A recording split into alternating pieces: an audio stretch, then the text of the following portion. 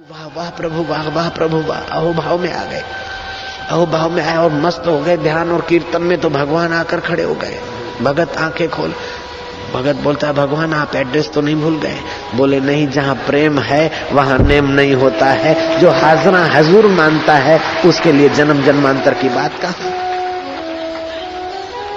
साकार रूप में मिलेंगे कर, अभी मैं अपना आत्मा है। जब चाहे दिल ने तस्वीरें हैं यार, गर्दन झुका ली और मुलाकात कर ली। मेरे गुरुदेव कहा करते थे लीलाशाह प्रभु कि हम भगवान की कसम खाकर बोलते हैं, गीता सिर पर रखकर भी कसम खा के बोल सकते हैं कि आप रोज भगवान से मिलते हैं, लेकिन आपको पता नहीं। जब आप नींद करते हैं तो किससे मिलकर नींद करते हैं? सो साहेब सद सदा हजूरे, अंधा जानत ताको दूरे। लेकिन वहाँ अविद्या का पर्दा है। आप सत्संग और ध्यान के द्वारा उस पर्दे को हटा दो तो इसी जन्म में यही आप रब का दीदार कर सकते हैं। Nothing is impossible, everything the possible. ये कौन सा उकदा जो हो नहीं सकता, तेरा जी न चाहे तो हो नहीं सकता। छोटा सा कीड़ा पत्थर में घर करे, इंसान क्या दिले दिलबर में घर न करे। आप तो ये समझिए कि मुझे भगवान अभी मिलेंगे, इसी जन्म में मिलेंगे। और मैं हर रोज ध्यान करके भगवान से मिलता हूँ। जब भी भगवान के नाम की जप की याद आ जाए तो तुम कहना कि कल युग में मैं कैसे जप कर सकता हूँ, उसने मुझे याद किया है तो मैं उसे याद करने को जप कर रहा हूँ। जब भी आपको जप और ध्यान करने की याद आ जाए तो आप समझना कि उसने मुझे याद किया है, वही करवा रहा है। और कभी उससे बातें करना, तू मिला है लेकिन मेरे को अभी तुझे पहचानने की अटकल नहीं है, फिर भी तेरा आनंद तो आता है। वाह मेरे रब, वाह मेरे प्रभु। आप ऐसे दिव्य भाव बनाइए कि आपका ईश्वर आपसे दूर न रह पाए, आपका आनंद आपसे दूर न रह पाए, आपकी खुशियां आपसे दूर न रह पाए और आपका चिदानंद आपसे दूर न रह पाए। जैसे सूती कपड़े में रुई होती है, रुई निकाल दो, धागे निकाल दो तो कपड़ा नहीं, और धागों में से रुई निकाल दो तो धागा नहीं। ऐसे पांचों भूतों में चैतन्य भरा है। सो साहेब सद सदा हजूरे, अंधा जानत ताको दूरे। हम अपने मन को अंधा क्यों बनाए? मन को प्रेम की आंखें दो, सांत्वना साहस की आंखें दो, आनंद और माधुर्य का चस्का लगा दो। मेरा रब है। सुबह उठो, एक हाथ अपना एक भगवान का हाथ मिलाओ। हे प्रभु, हम लोफरियों से हाथ मिलाते हैं तो विकार आते, तो भगवान से हाथ मिलाओ तो निर्विकारी नारायण का आनंद आ जाएगा। तुम्हारे बाप का जाता क्या?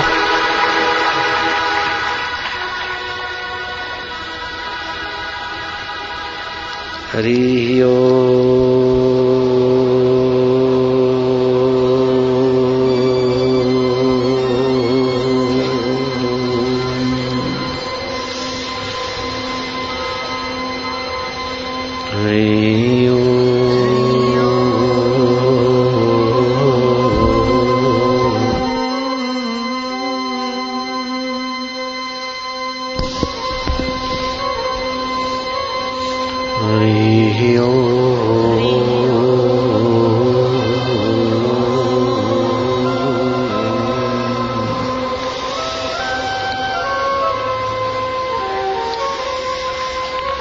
जागो रे जिन जागना, जागो रे जिन जागना।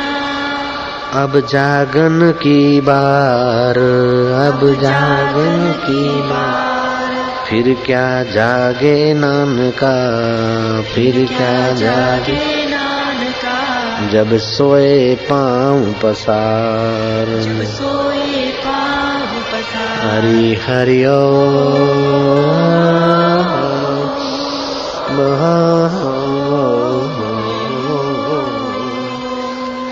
जन्म जन्म पर मत फिरो, जन्म जन्म पर मत फिरो। मिट्यो न मन को त्रास, मिट्यो न मन को त्रास। कह नानक हरि भज मना, कह नानक हरि भज मना।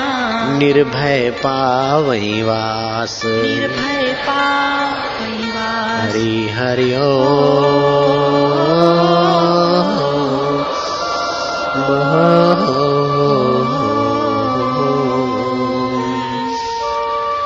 रा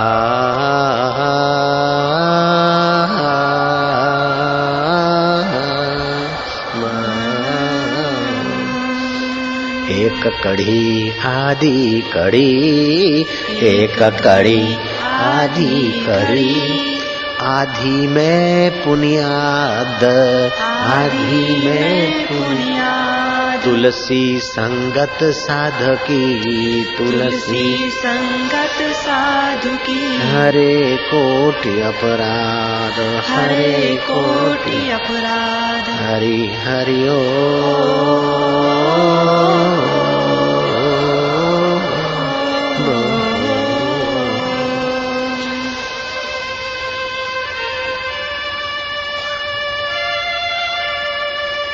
गहरी शांति में आप शांत होते जाना। परमेश्वरी माधुर्य, प्रभु तेरी जय हो। वो तुम्हारे पास, तुम्हारे साथ, तुम्हारे दिल की धड़कने चलाने वाला और रब हाजरा हजूर जागंदी जोत, आद सत जुगात सत, है भी सत्य नानक हो से भी सत्य। ध्यान करते समय कभी भीतर से हिलने का, जर्क लगने का अगर भास हो तो इससे डरना नहीं, शुभ समाचार है, उसको सहयोग देना। कभी कभार ध्यान में अंदर से कुछ सुषुप्त शक्ति जागृत होती है तो मूवमेंट होता है, कभी हास्य, कभी रुदन, तो कभी शरीर आगे पीछे हिले, तो कभी दाएं बाएं, ये सब हुआ करता है साधक को। और कभी अपने आप शांत बैठने का भी भाव आए तो उसे रोकना मत। ग्रंथ पढ़ते पढ़ते अगर चुप होने की इच्छा है तो समझ लो आपने ग्रंथ का फल पा लिया। उसी भाव में थोड़ी मिनटों के लिए चुप हो जाना चाहिए। ऐसा नहीं कि मेरे को तो पाठ पूरा करना है, कोई डंडा लेके पीछे पड़ा। जैसे नए नए श्रोता होते हैं, अनजान श्रोता होते, तो कथा पूरी होने के पहले ही भाग खड़े होते, मानो उनके पीछे कोई भूत पड़ा है जल्दबाजी का। वो कथा का पुण्य वहीं बिखेर के चले जाते हैं। लेकिन जब नए श्रोता एक दो बार कथा में बैठते तो उनको बुद्धि ये कहती है कि अब उठने की वेला नहीं है, ये थोड़ी देर गहरा गोता मारने की वेला है। मिलना हो गई तब मिलो भाई साधो, यही मिलन जी वेला रे। मानस जन्म में हीरो हाथ न आवे, फिरे 84 लख फेरा जी। उस परमेश्वर को सच्चे भाव से दुल्हार करो। हे मुझा बाजारा साईं सच्चा प्रभु, पूरा प्रभु आराध्या, पूरा जहाँ का नाम, पूरे को ही पाइए, पूरे के गुण गाओ।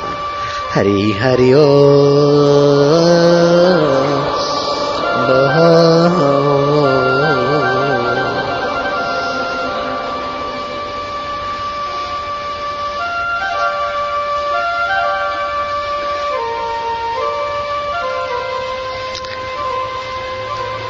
आप तल्लीन होते जाइएगा। किसके लिए आप बैठे वो जानता है, आप क्या कर रहे हैं वो जानता है, आप किसके साथ बैठकर रब की कमाई कर रहे हैं वो जानता है। साध जना मिल हर जस गाइयो। आप अकेले में हर जस नहीं गा रहे, संतों के साथ बैठकर हरि जस गा रहे हैं। हरि हरि ओ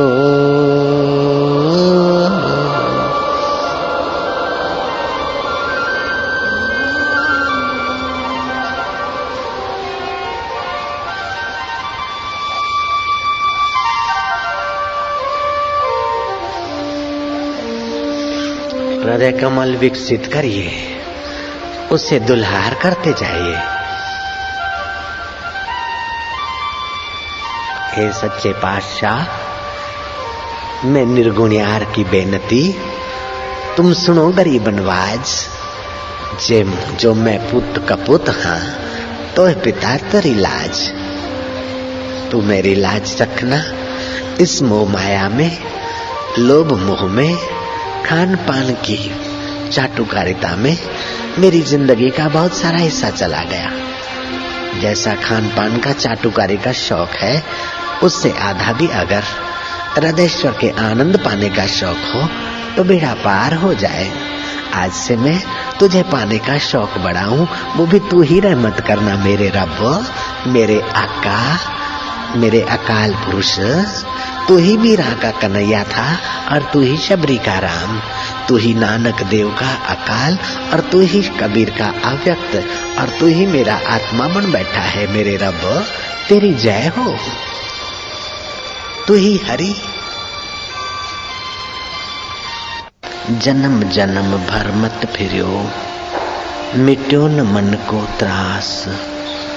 कह नानक हरि भज मना, निर्भय पावई वास। निर्भव जपे सकल भव मिटे, संत कृपाते प्राणी छुटे। निर्भव जपे सकल भव मिटे, संत कृपाते प्राणी छुटे। ये प्राणी भव के पाश से तभी तक नहीं छूटता जब तक उस निर्भव का, उस अकाल पुरुष का ज्ञान ध्यान नहीं पाता। जब तक ब्रह्मज्ञानी संत की नूरानी निगाह को हासिल नहीं करता तब तक ये जीव बेचारा अनाथ होकर कई शरीरों में भटकता रहता है। जीवन भर जिन मकान को, संबंधों को, शरीर को संभाला, मृत्यु के एक झटके ने सारा कुछ छुड़ा दिया, डामाडोल कर दिया। फिर ये जीव बेचारा अनाथ होकर चंद्रमा के किरणों के द्वारा, पानी की बूंदों के द्वारा, अन्न में, फल में, घास पात में स्थित होता है और उसे जीव जंतु मनुष्य प्राणी खाते हैं। फिर वीर्य में स्थित होकर नर के शरीर के द्वारा नारी में, मादा में जाता है। वह मासिक धर्म का खून पीता है। फिर बड़ा हो अथवा तो आधे में एबॉर्शन होकर टुकड़े टुकड़े करके बेचारे को काट फेंके, अथवा तो माँ के गर्भ में जाते जाते ये जीव बेचारा फिर नाली में बह जाए, कोई पता नहीं। जन्म जन्म पर मत फिर्यो, मिट्यो न मन को त्रास। कह नानक हरि भज मना, निर्भय पावई वास। महाभारत के युद्ध में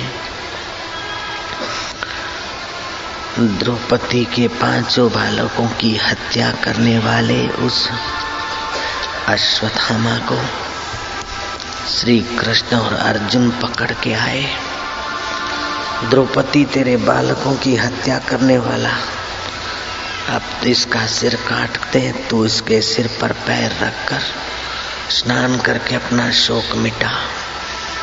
लेकिन भारत की बुद्धिमान, भारत की वह विदुषी नारी कहती है, अभी पुत्र के शोक में एक माँ रो रही है, बाद में दूसरी माँ रोएगी। किसी माँ को रुलाने से मेरे को लाभ क्या होगा? मुच्यताम मुच्यताम, छोड़ दो उसे। कृष्ण कहते कि द्रौपदी तुझ में इतनी समता है तो मैं भी अपनी समता का परिचय देता हूँ। पूतना के वध से लेकर शतकासुर, धेनुकासुर, अघासुर, कंस और उसके पहलवान और तमाम आतताइयों का मैंने वध किया, लेकिन मेरा उनके प्रति न राग था न द्वेष था। द्रौपदी, दिखता हूं मैं पांडवों के पक्ष का, लेकिन मेरे हृदय में पांडवों के लिए राग न रहा हो तो, कौरवों के लिए द्वेष न रहा हो तो, मैं संधि दूत होकर गया था युद्ध टालने के लिए, लेकिन अवश्यंभावी युद्ध चल रहा है। मेरे चित्त में कौरवों के लिए द्वेष नहीं हो तो, मेरे चित्त में पांडवों के लिए राग न हो तो, ये मृत बालक परीक्षित, उत्तरा का सपूत परीक्षित मेरी समता की परीक्षा हेतु जीवित हो जाए। श्री कृष्ण ने अपनी समता का परिचय दिया। जिसके चित्त में समता होती है वो सम तत्व को पाने वाला योगेश्वर संसार के तमाम कार्य करते हुए भी कर्म बंधन में नहीं बंधता है। जैसा अमृत तैसी बिसखाटी, जैसा मान तैसा अपमान। हर्ष शोक जाके नहीं बैरी मित समान, कह नानक सुन रे मना मुक्त ताही ते जान। किसी के लिए आप गांठ मत बांधना, संगी साथी सब स्वप्ने के हैं, मित्र शत्रु सब स्वप्ने में ही है। ये संसार स्वप्न है, इसे बीतने दो। इसे सच्चा मानकर अपने दिल को दिलभर से वंचित मत करो। न निंदा सच्ची है, न वाहवाही सच्ची है, न रोग सच्चा है, न तंदुरुस्ती सच्ची है, न बाल्यकाल सच्चा है, न जवानी सच्ची है, तो बुढ़ापा सच्चे कैसा। मृत्यु भी सच्ची नहीं है, मिथ्या शरीर का जन्म है, मिथ्या शरीर की मृत्यु है। सत्य तो तुम्हारा वो सच्चिदानंद पर ब्रह्म परमात्मा है। उसी को तुम सुनो, उसी को गाओ, उसी को रिझाओ, उसी को पाओ। हर मनुष्य का कर्तव्य है कि मौत आने के पहले ज्ञान के द्वारा, भक्ति के द्वारा, योग के द्वारा, सत्कर्म के द्वारा अपने आत्मा परमात्मा की महत्ता को जान ले। मृत्यु आकर गला दबोचे उसके पहले। जहाँ मृत्यु की दाल नहीं गलती वहाँ गोता मारना सीख जाए। जैसे घोर जंगल में आग लगती है तो जंगल के चतुर पशु, अक्ल वाले प्राणी जलाशय में जाकर खड़े हो जाते हैं। जलाशय में आग उनका कुछ नहीं बिगाड़ती। ऐसे मृत्यु रूपी आग जब इस शरीर को पकड़े, मृत्यु आकर गला दबोचे, उसके पहले अपने इंद्रियों को मन में, मन को प्राण में, प्राण को अपान में, अपान को मृत्यु में, जहाँ देह की मृत्यु हो रही वहां रखते यम में, और यम को 5 भूतों में, 5 भूतों को प्रकृति और महातत्व में, और महातत्व को समेट कर अपने आत्मा में ले आए। मृत्यु तुम्हारा बाल बांका नहीं कर सकती है। जैसे सांप केंचुली छोड़ देता है फिर भी जीवित है, ऐसे ही देह छूटने के बाद भी ये जीवात्मा अमर परमात्मा के साथ सुख सानिध्य और माधुर्य का एहसास करता है। मनुष्य जन्म इसीलिए मिला है। संसार की तू मैं करके इकट्ठा करके ढिगला बनाकर छोड़ के मरते समय चिंतित होके प्रेत होके मुसोलिन की नाई अथवा अमेरिका के राष्ट्रपति इब्राहिम लिंकन की नाई व्हाइट हाउस में भटकने के लिए मनुष्य जन्म नहीं मिला। मनुष्य जन्म मिला है परमात्मा में एक होने के लिए। वे लोग बड़भागी हैं जिन्हें सत्संग सुनने की रुचि होती है। कोई न कोई तुम्हारा कोई शुभ कर्म है, चाहे किसी गरीब के आंसू पोंछे हो, चाहे वृद्ध माता पिता की दुआ ली हो, चाहे किसी सच्चे संत के दीदार का पुण्य ही हो। कोई न कोई पुण्य कर्म तुम्हारा उस अंतर्यामी प्रभु को स्वीकार हुआ है और उसी की रहमत से तुम कथा में आ सके हो। नहीं तो कलयुग में और ब्रह्म ज्ञान की कथा में शांत बैठना। कोई न कोई ऐसा कोई शुभ कर्म है जो उस परमेश्वर को पसंद पड़ा है। तुम्हारा हृदय उस हृदयेश्वर को पसंद पड़ा है। देर सबेर तुम्हारे हृदय में वो प्रकट होना चाहता है, इसलिए वो अपने सत्संग में, ब्रह्म ज्ञान के सत्संग में तुमको प्रेरित कर पाया है। डॉक्टरों को जो हृदय दिखता है, वो जो धोकनी जैसा हृदय दिखता है, वो हृदय रहने का स्थान मात्र है। हृदय तो सूक्ष्म है और उसी हृदय से ये हृदय चल रहा है।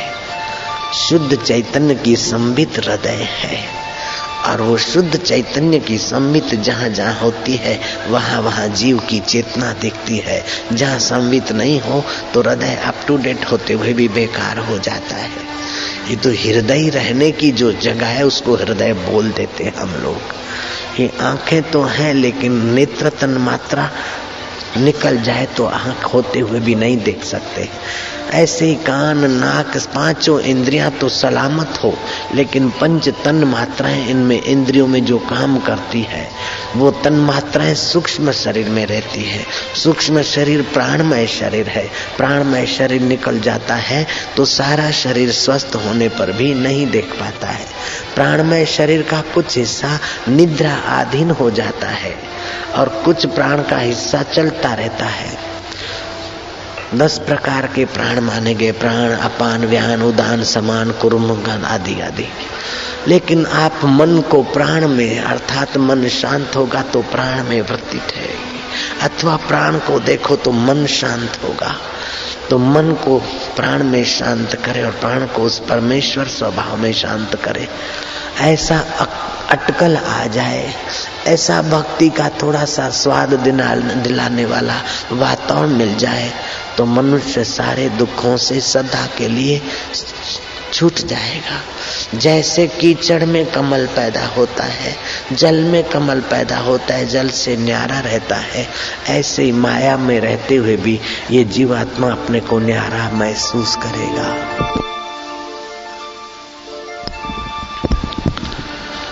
एक दिन भीष्म पितामह को दुर्योधन ने उकसाया कि रोज हमारे कौरव मर रहे, पांडवों का एक भाई भी अभी तक नहीं मरा और आप हमारे सेना नायक हैं, आप चाहे तो क्या नहीं हो सकता है। बूढ़े को पानी चढ़ा दिया।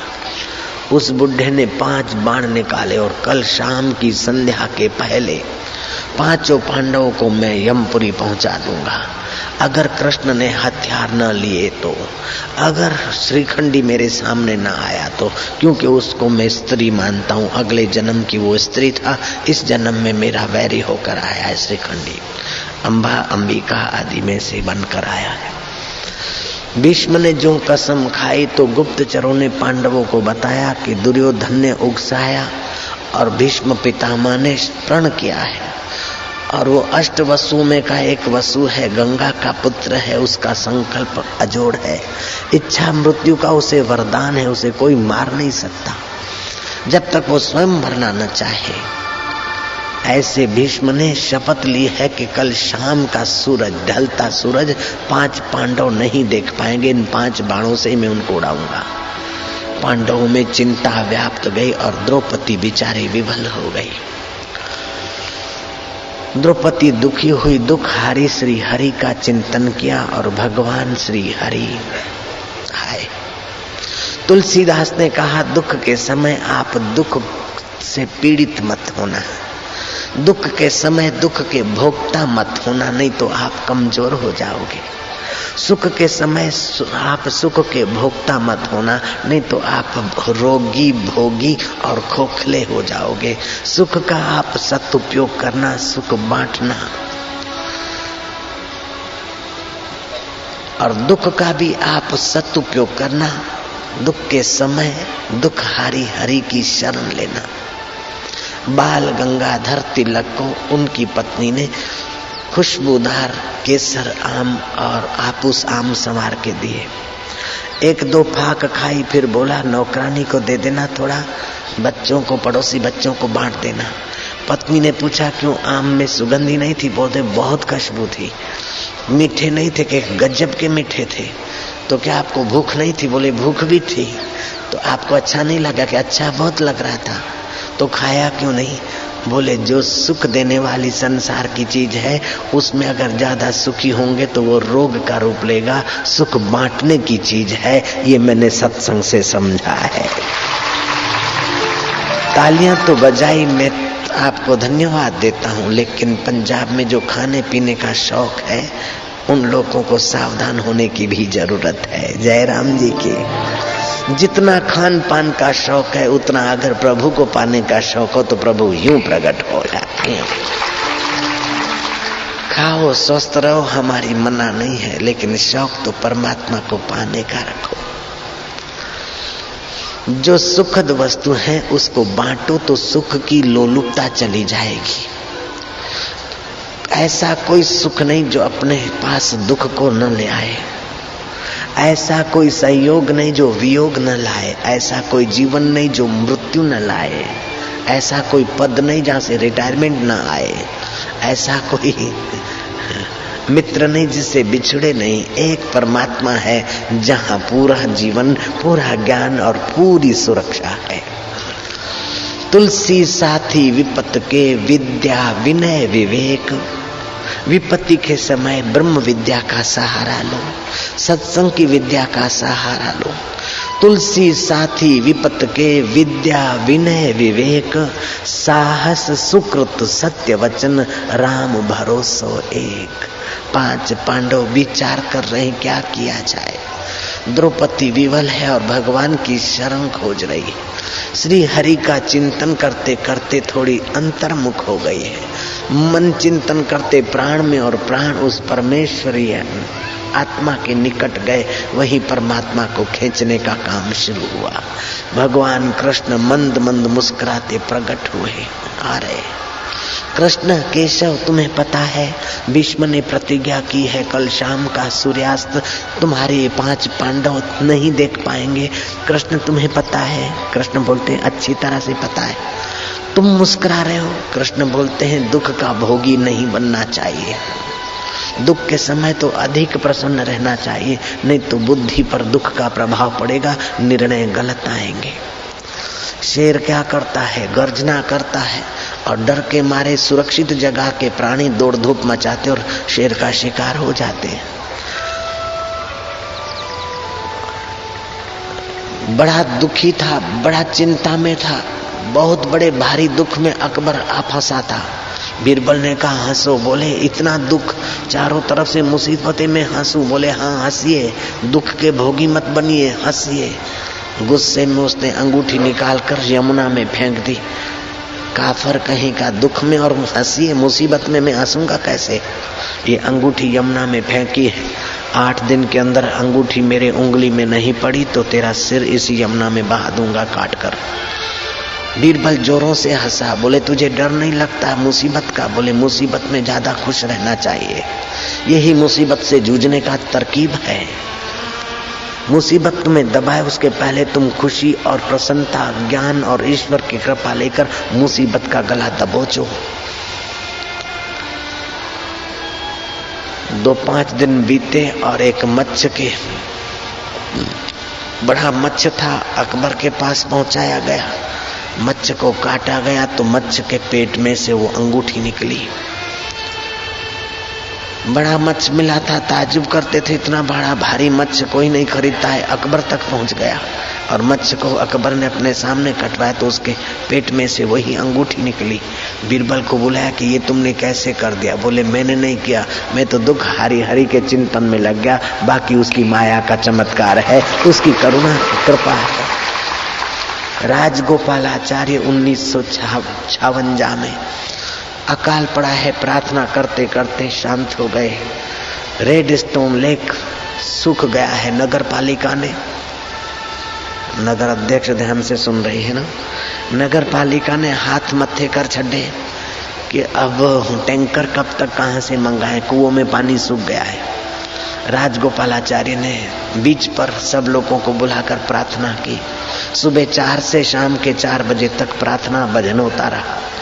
गदगद कंठ से, सच्चे हृदय से शरणागति होते राजगोपालाचार्य ने कहा, हे परमेश्वर, तू ही जल में, तू ही थल में, तू ही इंद्र में, तू ही मेघ में।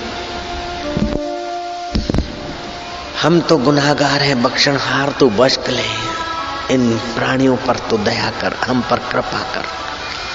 प्रार्थना करके वो अपने अपने घर लोग पहुंचे, खाया, रात को सोए। कुछ बादल दिखे, लेकिन ऐसे बादल तो रोज आते हैं, क्या हो सकता है? बारिश के दिन तो चले गए, अब क्या हो सकता है?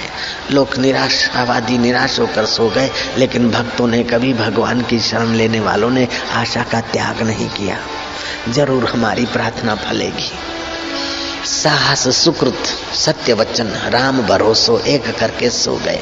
रात को 2 बजे मूसलधार बरसात, बड़ी बड़ी बूंदों के साथ। महाराज क्या बताएं, ऐसा बरसा धमाधम। सुबह 6 होते तो अचानक देखते लोग रेड स्टोन लेक जो सूख गया था मद्रास का, वो छलो छल ओवरफ्लो हो रहा है। फिर भी वो देने वाला रुकता नहीं, दे धमाधम, दे दे दे और दे हो रहा है।